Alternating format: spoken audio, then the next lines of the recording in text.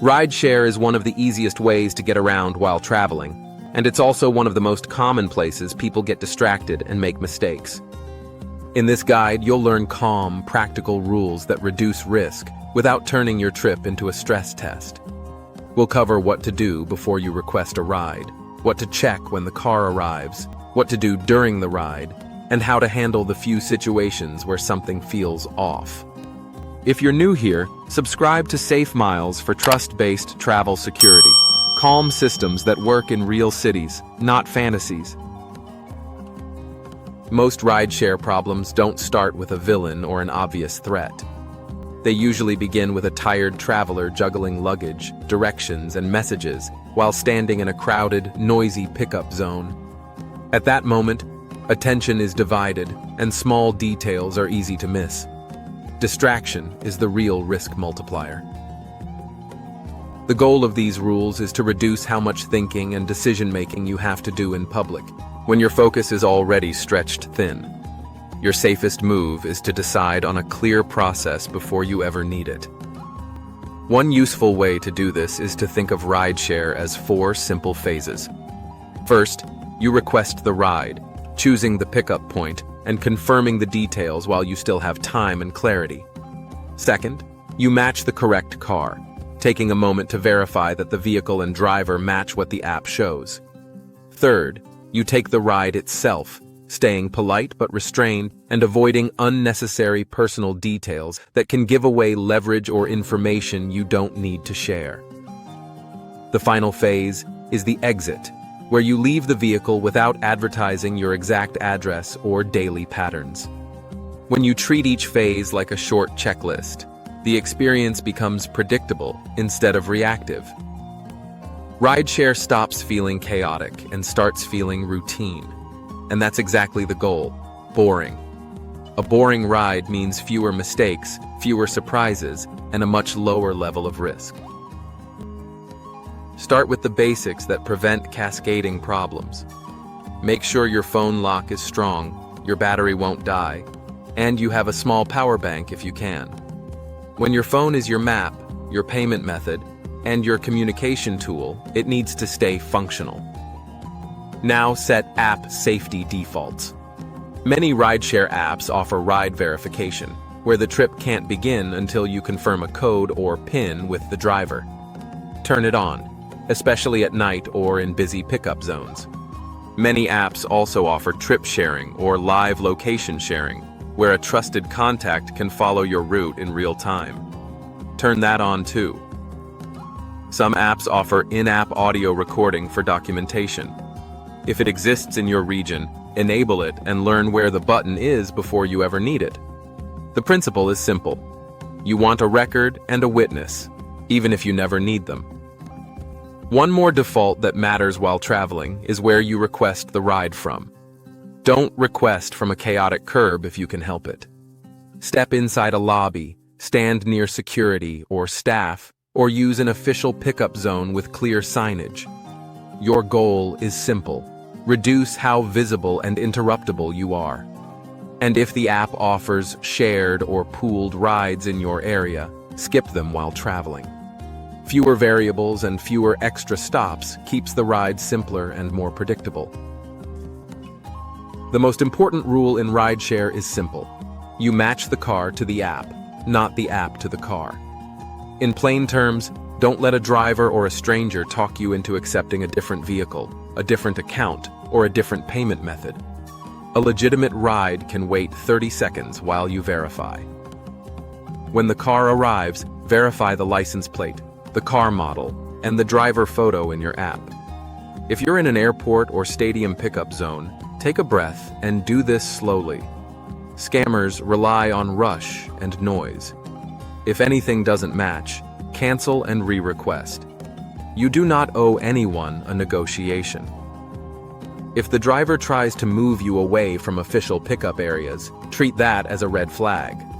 The safer pattern is to stay in the designated zone where cameras, lighting, and staff are more likely.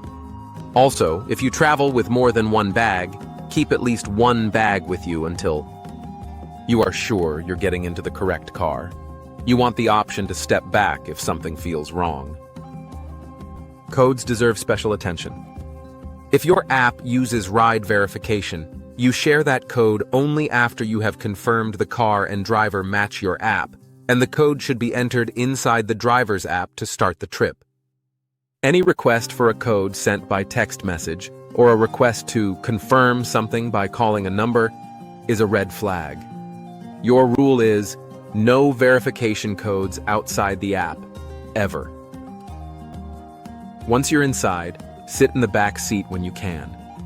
It's a simple way to keep space and control without being rude. Buckle up. Keep your bag where you can feel it, then reduce information leakage. You don't need to explain your hotel name, your apartment number, or your full travel plan. If the driver is friendly, be friendly, but keep details general. The less someone knows about where you're staying and how long you're in town, the better. If you're traveling with a companion, agree on a quick check-in pattern before the ride begins. If you're solo, send a short "in the car now" message to your trusted contact after the ride begins, especially at night. Trip sharing features make this even easier because your contact can follow without you doing anything. I've put a free rideshare safety checklist in the description, along with a few tools that can help you travel with less friction, including options for staying connected abroad, so you always have maps and messaging when you need them. You don't need to stare at your phone the whole time, but you should stay lightly aware. Open your map and glance occasionally to confirm the route makes sense. If the driver takes an unexpected detour, ask a simple, calm question. Are we avoiding traffic? Most of the time, there's a reasonable answer. What you're doing is communicating that you are paying attention. When you arrive, think about where you want to be dropped off. If it's late or the street is quiet, choose a well-lit entrance or a busy corner. If you're going to an apartment and you don't want to share your exact unit entrance, ask for a drop-off at a nearby landmark and walk the final minute. This is not paranoia. It's privacy. If something feels off during the ride, your goal is to avoid escalation while you're in motion. Stay calm, keep the interaction polite. Move your attention toward public documented options. You can ask to end the ride at a well-lit public place like a hotel entrance or busy storefront. If you can safely do it, use the app's safety tools or contact options. The principle is simple. Public, recorded, and calm beats confrontation. A surprising number of travel problems stem from trying to solve a payment issue in the moment, especially when emotions run high or you're rushed. Key rule to remember: never pay cash, never pay a second time, and never move the transaction outside the app. If a driver claims the app is malfunctioning, or if they ask for an alternate form of payment, that's a serious red flag. You should end the ride safely and then resolve any payment disputes directly through the platform. This approach not only protects you from potential scams, but also helps ensure that legitimate drivers are paid fairly, without any confusion or complication. In addition, always check your receipts and notifications after each ride. If you spot any unusual charges or discrepancies, address them immediately while the details are still fresh in your mind. One effective habit to adopt is reviewing your rideshare receipts at the end of each day, much like you would go over a hotel bill after checking out. This quick habit, which only takes a minute or two, can help you spot small errors before they turn into expensive problems. Catching and correcting issues early prevents unnecessary stress and ensures your travel budget stays intact. Once you've arrived at your destination, take 10 seconds to close the loop on your trip. This brief pause can make all the difference. Confirm that you have your phone, wallet, keys, and any other belongings you might have brought with you. If you've used trip sharing, notify your contact that you've safely arrived. This small step of communication ensures that someone else is aware of your safe arrival.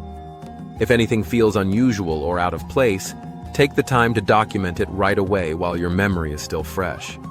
Whether it's a minor detail or something more concerning, Recording it promptly gives you a better chance of addressing it later, should the need arise.